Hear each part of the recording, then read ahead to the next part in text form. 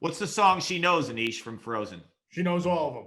Like Let Oh, It Go. Do you want to build a Let it snowman? go, just let sing it us, sing, go. do a little "Let Don't It Go" hold for it us. back Hey, how about you ask? anymore. How does it go? The cold never bothered me anyway. Who are these weirdos, Daddy? I know. Is that Quint? Is Quint weird? I Yeah. used to be in chorus. I used to be in all county chorus, actually.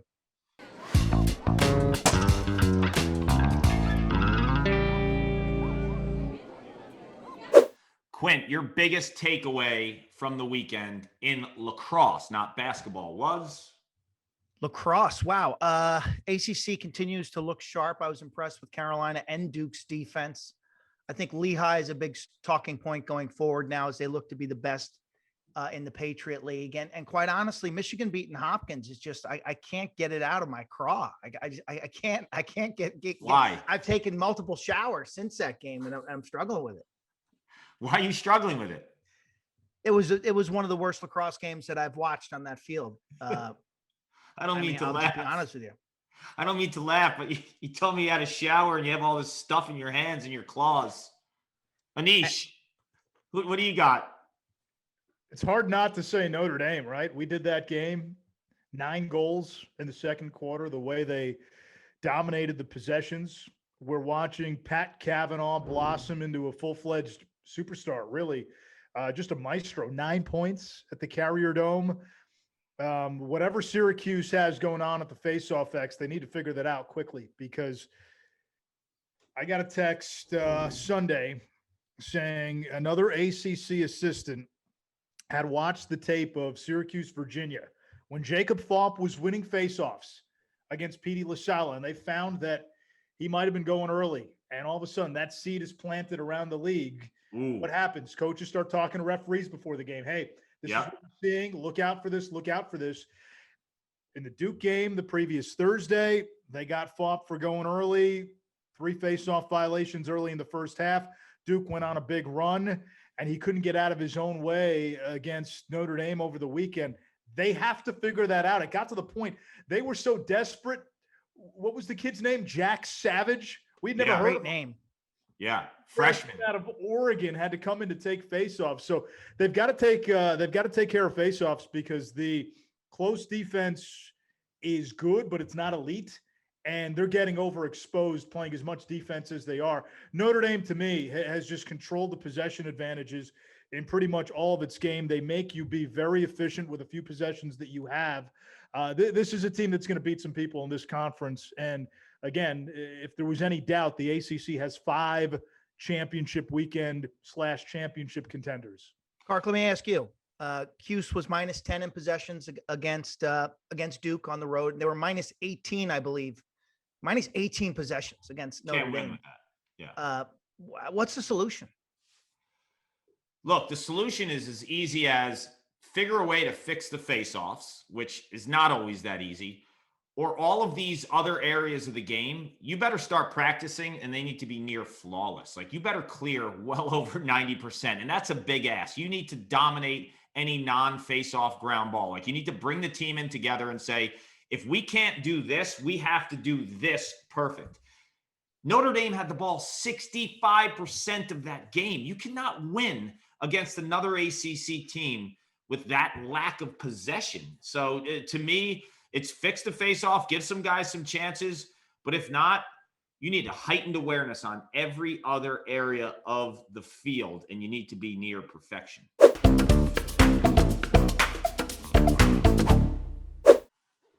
Okay, drama in Homewood. Or let me read. No, I'm going to read. We're not going to use that. Not gonna use.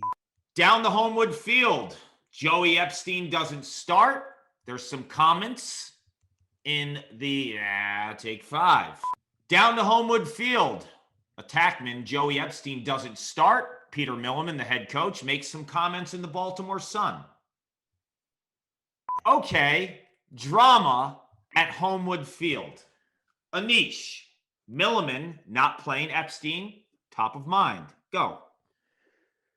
Listen, having covered Peter Milliman a little bit at Cornell and, one game at Johns Hopkins, here's the deal. that's a hard job, number one, to begin with. You get alums chirping, you get fans chirping. Nobody's ever satisfied. You know that going in. I can tell you this, I don't think he cares about what's written, about the optics, about what the alums say, about what the fans say. And he didn't really care when he was criticized by us and other people for how he handled the Jeff Teat shutout. I don't think he's going to care about the optics of benching Joey Epstein. What I will say, though, is, and I'm curious what Quint's text thread looked like, because I had a lot of Hopkins people texting me who were very upset.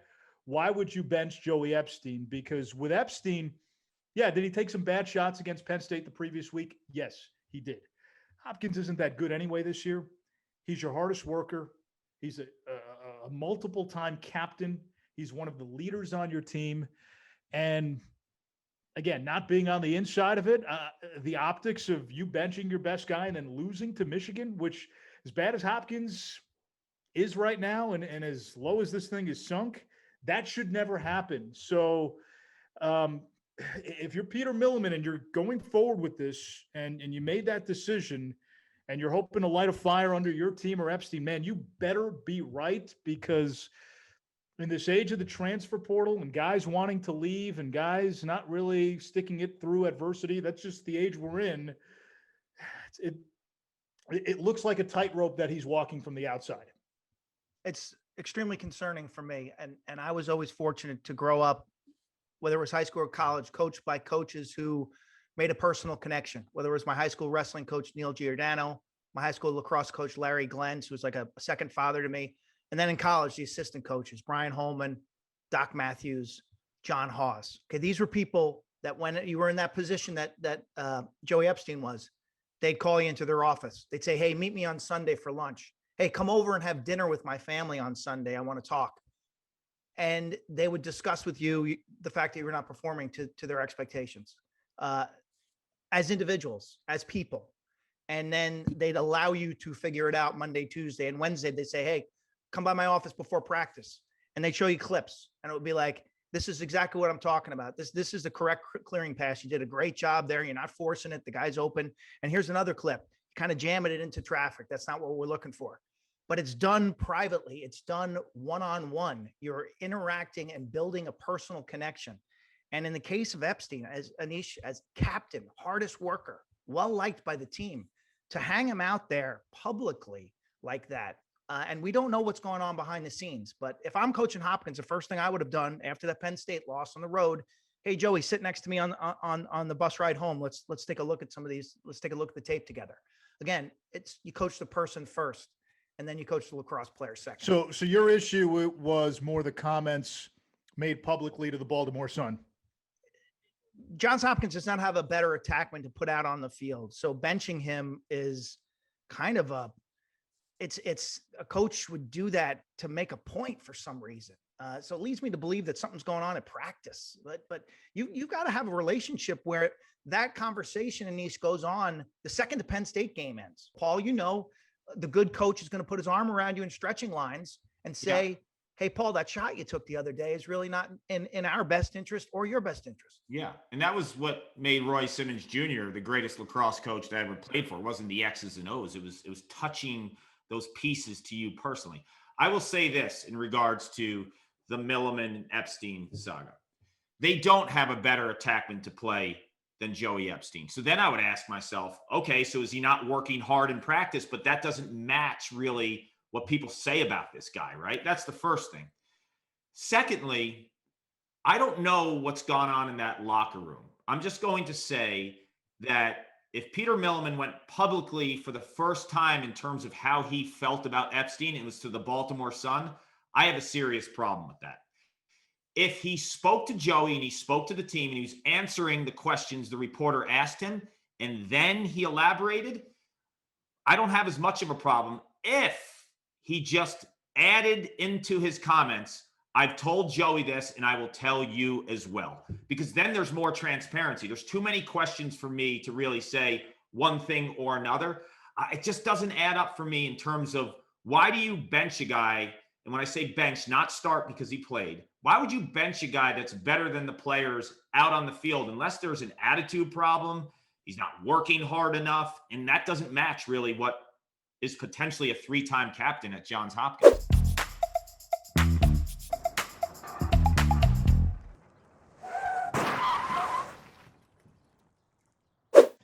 Time for this week's drive-by. And I mean, this guy's not just driving by, he's driving by with ammunition. Notre Dame coming off a waxing of Syracuse 18-11 at the Carrier Dome. There's 2 Syracuse guys on yard sale, and Mike GOLIC Jr. is here to rub it all in. Welcome, my friend.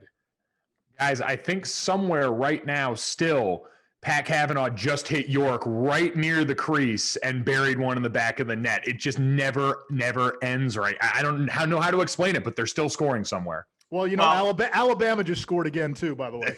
Like I say, Eddie Lacy is still running through my nightmares.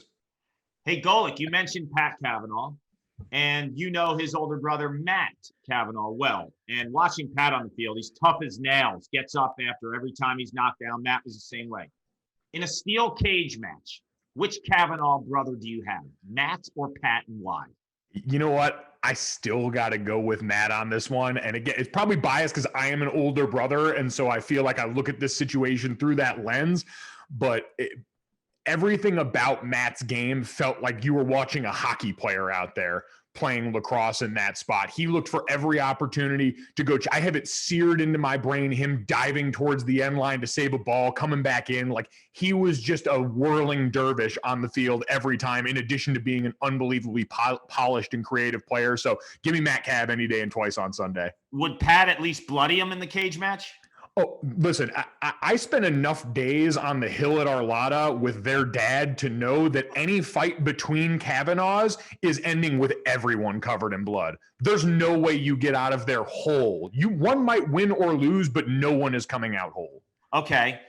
3 of your passions: donuts, dogs, and sneakers. Which one you cannot live without?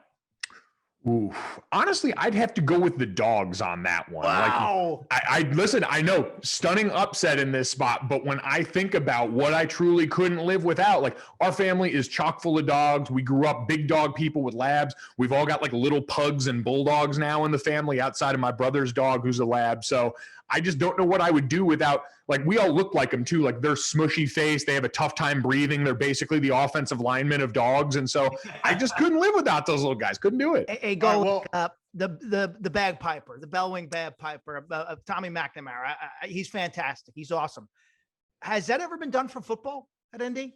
We have never had a bagpiper for football at Notre Dame. And going through that and getting to see how awesome a tradition that is, like seeing that as the entrance into the game for all those guys that I was so close with for so many years, but also the work that went into it, like the anxiety of being the guy that had to go through and learn how to do that and like come close to passing out the first time you started playing the bagpipes. That would have been an incredible thing to introduce to our team, because the one thing I knew about our football team is obviously bigger roster. You got like 120 guys, including all the walk-ons. We would absolutely be able to find someone who, because of the time allowed to them, would just dedicate their entire semester to mastery of that. Then you can have a bagpipe battle potentially. So I haven't seen Coach Kelly in a while because of all the social distancing, but when I'm back on campus at some point this summer, I think it's time to start floating that idea as what can we do next? We put the Jumbotron in there. I think it's time for bagpipes. Backup kicker should be the bagpiper. Oh man, that seems like backup kicker or holder territory, because I've always said, like, when it comes to that, like, we tend to see it like a lot. Like, I think I want to say Colt Van Power was one of the backup goalies when I was at Notre Dame who played the bagpipes back then. And like a goalie and a specialist, it's the same kind of breed. I think you guys can appreciate this. You got to be wired a little bit differently in those spots to stand in the cage in a lacrosse game and to be able to go out in some high leverage kicking situation. So I think we have found the right position group there to man it. All right, GOLIC. So this plays off of the steel cage match with Cavanaugh versus Cavanaugh. Who wins in a steel cage match between you and Scotty Rogers? Ooh, man. Listen, I love and appreciate what Scotty does online. I'm all for good workout clips here. It's one of my favorite things to do, scrolling IG. But I'm sorry, if it's me or him, it's got to be me coming out on the other side, right? Like, I got to back my horse in all of this. I've got to back the football team horse in all of this. I cannot in good conscience cede that over to anybody else. So no, 2 bald white guys with beards enter, only one's leaving. It's got to be me. Better tattoos on this side too. So Mike Golic Jr. runs Bartertown. All right, we got that. I'm sure we'll be hearing about this soon. That is the best laugh in America. It's the best laugh. It's like a modern Santa Claus. I've heard people describe it because it's like it can only get a laugh like that coming from a belly. It's very jolly. All right, Mike, who are you more afraid to emotionally invest in? Notre Dame football or Notre Dame lacrosse? Oof. Man. You know what? I'll say Notre Dame lacrosse just because, like, I have even less control over that, right? Like football, I at least got to try and control for a while. I have been on the 50-yard line at M&T Bank when CJ Costabile takes that face off in overtime and scores that goal. I watched on a flight 5 years later as they were facing off in a similar circumstance. I believe it was against Duke again. Like, I have seen that happen too often, and with guys that I love. Like, it's one thing the team that you played for, but the guys that were just your friends that really brought you more and more into loving the sport, that hurts me in a different way. And I've seen it happen so cruelly so many times. And that's the thing. They get closer more often. Like football, we're starting to get there, but guys lacrosse, since I was there, they've been knocking on the door in Final Fours, couple national championship opportunities. So I think I've got more proximity to the pain in that spot. And I'm just afraid of getting hurt again. Oh, man. It's the Notre Dame athletic experience overall. Like, we just live. Shout out to our women's basketball team, the fencing team that just won their 11th national championship. Like, we've got a few people that are getting over the finish line in that spot. Men's and women's soccer have done it in the last decade or so. But for the rest of the time, like, the amount of my friends across sports at Notre Dame that found soul-crushing ways to lose championships is like the tie that binds all of us.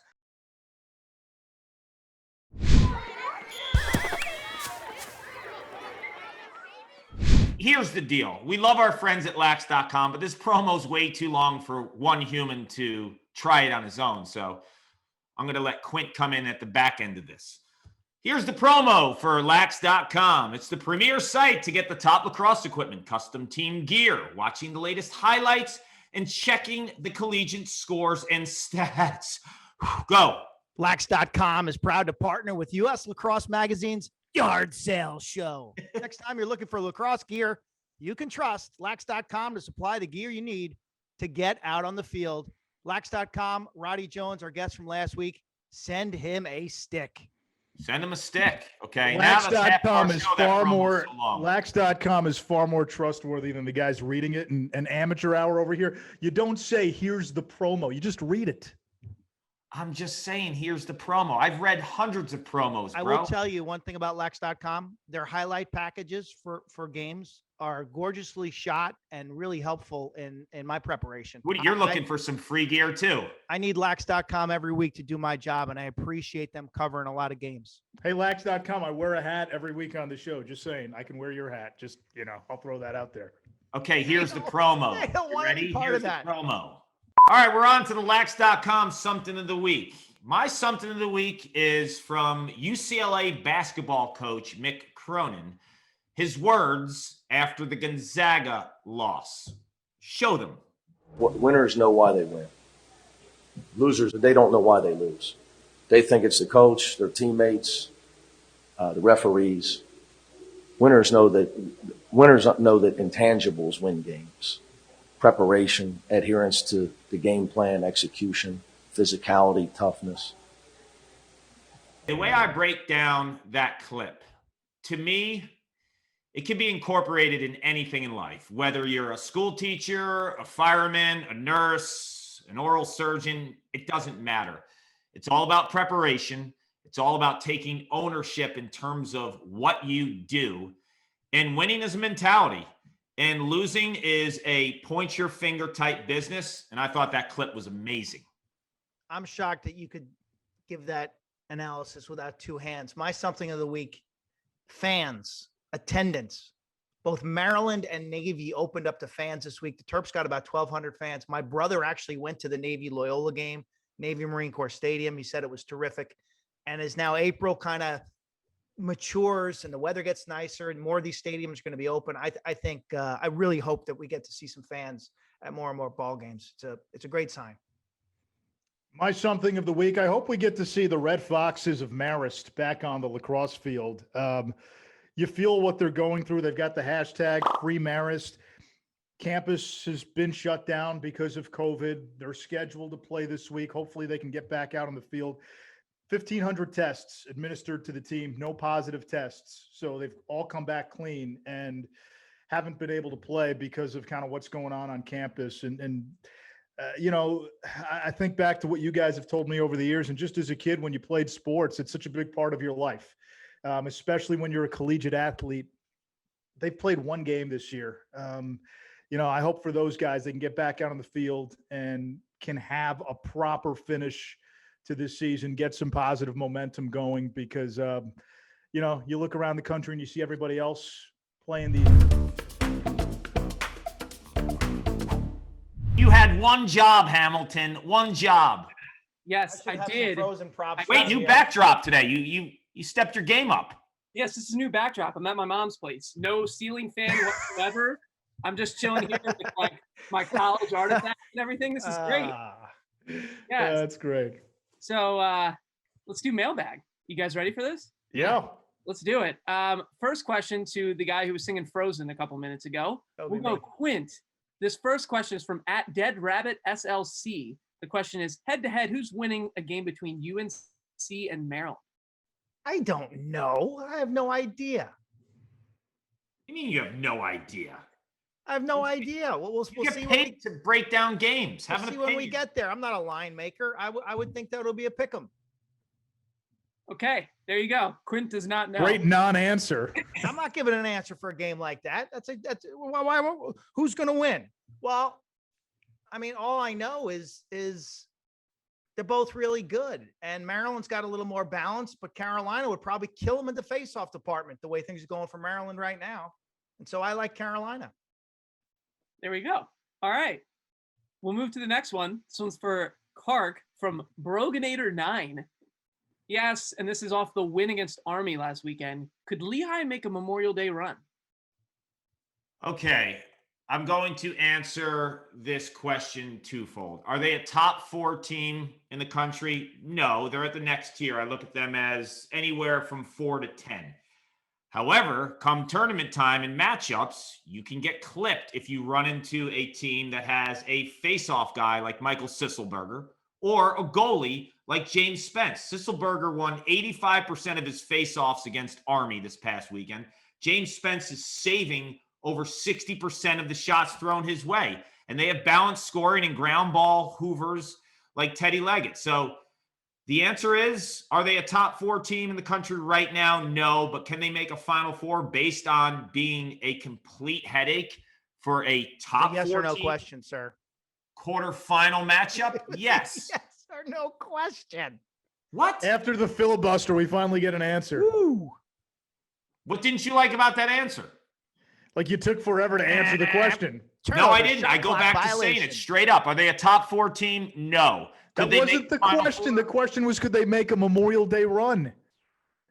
I said yes. If based on the Yorktown 5K, I don't know. Dude, based on the matchups, anyone who says, can they make a Final Four, I always go back to saying, who are they playing in the quarters? The answer is yes. Paul says yes. All right. Okay, so we've got one extremely short answer. We got one long answer. We got no answer. Let's end this with a niche, but keep sending your questions to yardsale@uslacrosse.org. Our audience may be small, but they are smart. These questions are hard-hitting and really, really topical. I love these questions. Keep them coming in. Well, here comes another hard-hitting one for Anish here to wrap this up. @JMW4 asks, who is your Twarton winner right now? Okay, right now, because the Twarton means filibuster. Yeah, it is a filibuster. Like, you got Bernhardt, you got Gray, you got Sowers. Who's going to win it? It's going to be one of those 3. Whoever's team probably ends up winning the championship. Like, that's the easy answer. Yeah, that's the easy answer. The easy answer right now, if the season ended today, I'd go Chris Gray. Well, wow, that wasn't as long as I thought. To the banquet. Patrick Cavanaugh If Notre Dame continues to win and he plays, Well, at you're this talking level- about filibuster. Who asked you this question? Well, hold on, That's hold the on. more intriguing answer here. Kavanaugh Who's can hovering? play his way into the Who's conversation, but hovering? those teams have had more games. Bernhardt, again, I think if we're nitpicking here, he's been magnificent. He's now, setting all-time records at Maryland. But the issue is they played Rutgers twice. The rest of the Big Ten doesn't look so hot. Chris Gray has been, I think, sublime. Michael Sowers is who we thought we were. I mean, I want to give it to Sowers, fine. I just Filibuster part 2. yeah, But like the if you're Gray and asking me Sowers right didn't now, exactly impress ended last right now, Thursday, I did they? would say Chris Gray. Yeah, and you know who I think the 4th best player in the country is? Brendan Nickturn from I Army. said that last week. Oh, I cut his hair 2 years ago. I said that on the air. I cut his week. hair Stop 2 years your- ago. Stop your I was copying. on Come up the with beat your on own Nick Turn idea. when he started his first game in Army. So are we learning that it's like 2 years after a relaxing piece that the jinx wears off? Hey guys, I have to ask you something.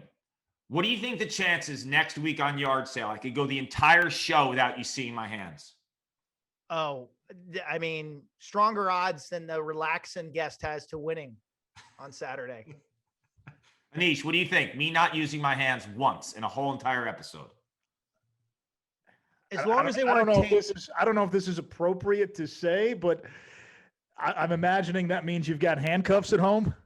I'll see you next week. whoa, imagine. Just imagine.